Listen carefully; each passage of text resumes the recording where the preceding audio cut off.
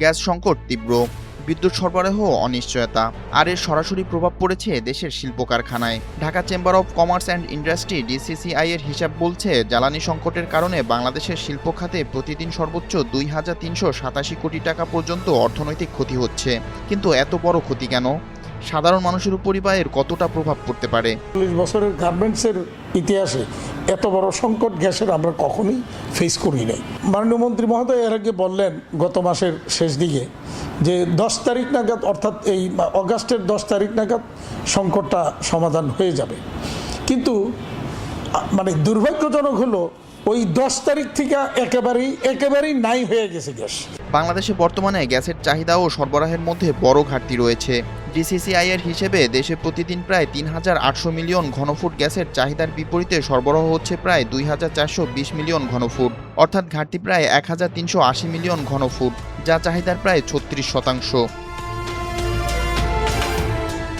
জ্বালানি সংকটের সবচেয়ে বড় ধাক্কা লাগছে শিল্প কারখানায়। গ্যাসের চাপ কম থাকায় অনেক কারখানা পূর্ণ সক্ষমতায় উৎপাদন করতে পারছেন না। পোশাক, টেক্সটাইল, সিরামিক, স্টিল, কাঁচ ও সারসহ গ্যাস নির্ভর বিভিন্ন শিল্প এর মধ্যে রয়েছে। তবে কারখানা বন্ধ থাকলেও শ্রমিকদের বেতন, ঋণের কিস্তি এবং যন্ত্রপাতি রক্ষণাবেক্ষণের খরচ কিন্তু বন্ধ থাকে না। ফলে উৎপাদন কমার পাশাপাশি বাড়ছে ব্যবসার খরচ। শুধু বর্তমান উৎপাদনই নয়, এই সংকটে আটকে আছে নতুন বিনিয়োগও। ডিসিসিআই এর তথ্য বলছে প্রায় 1,857টি বিনিয়োগ আবেদন ঝুলে আছে। এসব প্রকল্পে প্রায় 35,000 কোটি টাকা বিনিয়োগের কথা ছিল, কিন্তু নতুন শিল্প গ্যাস সংযোগ না পাওয়ায় এগুলো এখনও এগোতে পারছে না।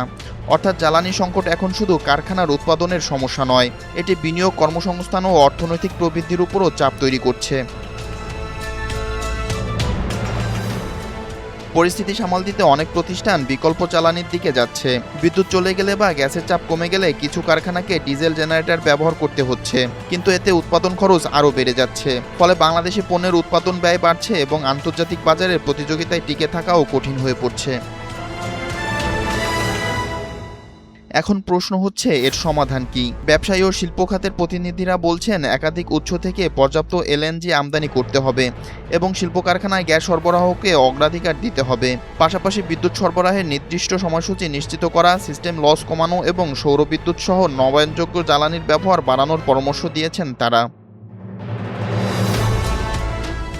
এছাড়া দীর্ঘমেয়াদে দেশে নিজস্ব গ্যাস অনুসন্ধান বাড়ানো, এলএনজি অবকাঠামো আরও শক্তিশালী করা এবং বিকল্প জ্বালানিতে বিনিয়োগ বাড়ানোর উপরও জোর দিয়েছেন ব্যবসায়ী ও শিল্প খাতের প্রতিনিধিরা। তবে দেখার বিষয়, জ্বালানি সংকট সামাল দিতে কত দ্রুত কার্যকর পদক্ষেপ নেওয়া হয়। বিপ্লব শেখ, এনটিভি অনলাইন।